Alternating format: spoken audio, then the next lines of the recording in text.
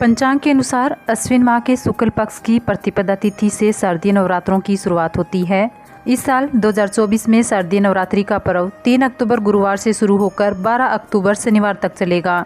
नवरात्रों के इन 9 दिनों के दौरान कुछ खास नियमों का पालन करते हुए माँ दुर्गा के 9 रूपों का पूजन किया जाता है, जिसमें माँ दुर्गा प्रसन्न होकर सभी मनोकामनाएं पूरी करती है।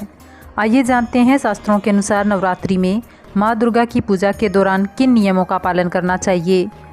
शास्त्रों के अनुसार पूजा पाठ से संबंधित कार्यों में स्वच्छता का खास ख्याल रखा जाता है। नवरात्रि देवी दुर्गा को समर्पित ऐसा पर्व है जो पूरे 9 दिनों तक चलता है और इन 9 दिनों में पूजा पाठ के दौरान घर व पूजा स्थल को स्वस्थ रखना चाहिए। धार्मिक मान्यता अनुसार नवरात्रि के इन 9 दिनों में तामसिक भोजन का सेवन नहीं करना चाहिए। व्रत के दौरान सिंघाड़ा, सामा, दूध, आलू, जूस, साबूदाना, कुट्टू और फलों का सेवन करना चाहिए। नवरात्रि के 9 दिनों तक प्याज, लहसुन या अन्य तरह के तामसिक चीज़ों से परहेज करना चाहिए। धार्मिक मान्यताओं के अनुसार नवरात्रि के इन 9 दिनों में बाल, नाखून या दाढ़ी मूंछ नहीं बनवानी चाहिए।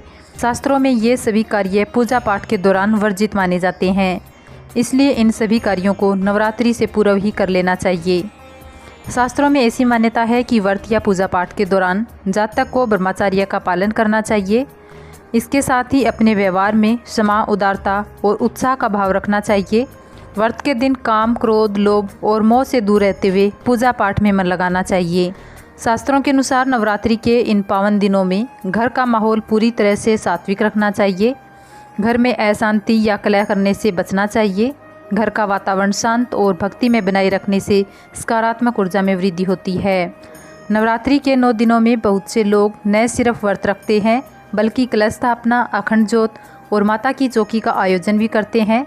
ऐसे में अखंड ज्योत, माता की चौकी की देखरेख के लिए घर में किसी न किसी को रहना चाहिए। मान्यता है कि नवरात्रि के इन 9 दिनों में माता रानी धरती पर ही रहती है।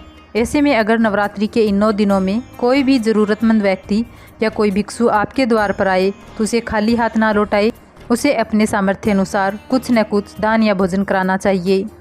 धार्मिक मान्यता अनुसार पूजा पाठ के कार्यों में चमड़े व चमड़े से बनी चीज़ों का प्रयोग वर्जित माना गया है। नवरात्रि के इन 9 दिनों में इस बात का ध्यान रखना चाहिए, माँ की पूजा के समय चमड़े या चमड़े से बनी चीज़ों का प्रयोग न करें। नवरात्रि के पहले दिन शुभ मुहूर्त में कलश स्थापना के बाद व्रत का संकल्प लेकर पूरे 9 दिनों तक माँ की पूजा करनी चाहिए और माँ को लाल पुष्प व श्रृंगार सामग्री अर्पित करनी चाहिए। इससे माता रानी प्रसन्न होती है।